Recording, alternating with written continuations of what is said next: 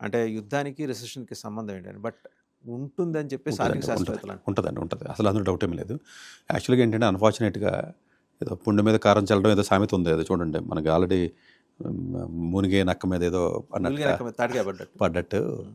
Already present already recession ఈ యొక్క artificial intelligence వల్ల కానివ్వండి, జాబ్స్ విపరీతంగా లే ఆఫ్స్ జరగడం కానివ్వండి, అన్ని రకాలుగా రియల్ ఎస్టేట్ పడిపోవడం కానివ్వండి, మొత్తం ప్రపంచవ్యాప్తంగా కూడానంటే ఎకానమీ కానీ, ఇంట్రెస్ట్ రేట్లు కానీ, ఫెడెక్స్లు కానీ మీరు ఓవరాల్గా చూడండి.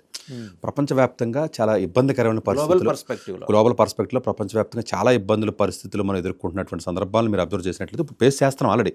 ఈ వారు పక్కన పెట్టండి, వారు లేకపోయినా కూడా. సో చాలా ఇబ్బందికరమైన పరిస్థితి. ఆల్మోస్ట్ మీకు లే ఆఫ్స్ లక్షల్లో జరుగుతున్నాయండి జాబ్స్. ఎప్పుడు ఏంటంటే ప్రపంచం ముందుకెళ్ళాలంటే ఎక్కువ మంది ఎంప్లాయీసే కదండి. ఎంటర్‌ప్రెన్యూర్స్ ఎంతమంది ఉంటారండి? 1% కూడా ఉండరు. పొలిటీషియన్స్ పక్కన పెడదామండి. మెజారిటీ అంతే కదండి. ఇప్పుడు మీలాంటి వాడు, నాలాంటి వాళ్ళు ఎక్కువ ఉంటారండి ప్రపంచం మొత్తం మీద. ఎప్పుడైతేనంటే మీకు ఆ సైకిల్, ఆ మనీ ఫ్లో కానీ, మనీ రొటేషన్స్ కానీ, ఈ ఎంప్లాయ్మెంట్ కానీ ఎఫెక్ట్ పడిందో దాన్ని సీవియర్గా ఉంటుందండి దాని డ్యామేజ్. మీరు అనొచ్చు సార్ ₹1,00,000 జాబ్ పోతే ఏంటి, ఉత్తే ఏంటి, ప్రపంచానికి నష్టం ఏంటంటే ₹1,00,000 ఒకళ్ళు లేడు, లక్షల మంది ఉంటారు. అంతే కదండి. పాన్ కొట్టడు దగ్గర నుంచి ఇంక అన్నింటికి ఎఫెక్ట్ పడుతూ ఉంటుంది కదండి. ఇప్పుడు మనకు ఈరోజు హైదరాబాద్ బయటకు వెళ్తే రోడ్ల మీద వెళ్తే అన్ని బైకులు, కార్లు అందరూ మనలాంటి వాళ్ళే, సామాన్యులే కదండి.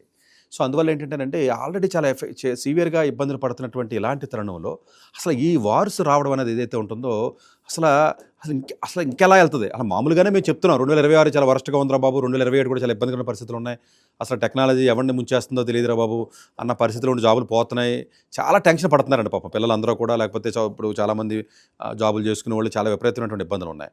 అసలు ఇప్పుడు ఇలాంటి వాతావరణంలో యుద్ధాలు అంటే ఇటు ఆఫ్ఘనిస్తాను లేకపోతే పాకిస్తాన్ అనుకుంటారా, లేకపోతే సరే ఉక్రెయిన్ ఇంకా కంటిన్యూ అవ్వకుండా నడుస్తున్నాం అనుకోండి, లేకపోతే ఇప్పుడు ఇరాన్ అనేది ఇది అసలు ఎటు టర్న్ ఎటు అవుతుందో ఎవరికి తెలియని పరిస్థితి అండి.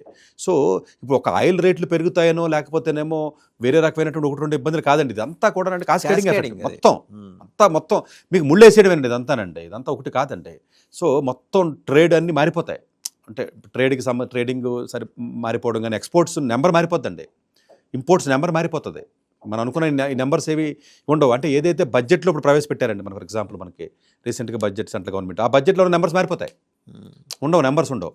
సో రిసెషన్ ఎట్లా ఉంటుందంటేనండి మనిషి కాదండి ఎలా బతికితే అంటే భయపడి ఉన్న డబ్బులు కూడా దాచుకుంటాడండి ఒకడు. ఇప్పుడు అలాంటి పరిస్థితి వచ్చిందండి. ఇప్పుడు మీ దగ్గర నిజంగా ఒకప్పుడు ఒక 4-5 లక్షలు ఉంటే సర్లే ఖర్చు పెట్టుకుంటే మళ్ళీ సంపాదించుకోవచ్చు అనే ధైర్యం మేబీ 5-6 ఏళ్ల క్రితం ఉందేమో, 2-3 ఏళ్ల క్రితం కోవిడ్కి ముందు. ఇప్పుడు ఆ ధైర్యం మీకు కూడా ఉండదు. ఏమోరా బాబా ఏం జరిగాయి, ఏమవుతుందో. ఈ ఫియర్ అనేది ఆల్రెడీ మీ కోవిడ్ తర్వాత స్టార్ట్ అయింది పబ్లిక్కి, అంతే కదండి.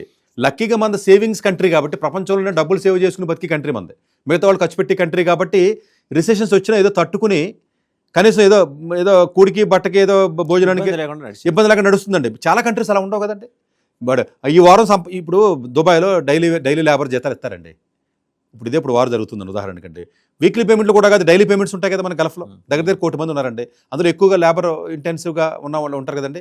మీకు 1 వీక్ పేమెంట్ రాకపోతే పరిస్థితి ఏంటి? వాడు అప్పటికప్పుడే కదండి, లేదా 1 మంత్ ఆ డబ్బులు ఇక్కడ రావాలి.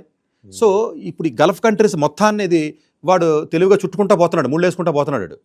సో నేను ఎలాగా ములిగాను కదా, సరే ఇరాన్ అంతే కదండి, మరి ఇరాన్ ఇదే కదా చేస్తుంది కదా, సరే దానికి వాళ్ళు యూఎస్ వాళ్ళు దానికి ఇగోకి తీసుకుంటారో లేదా ముందుకు వస్తారో, సో డిఫరెంట్ పర్స్పెక్టివ్లో మీకు ఇదంతా మొత్తం అంతా కలిపేస్తున్నాడు.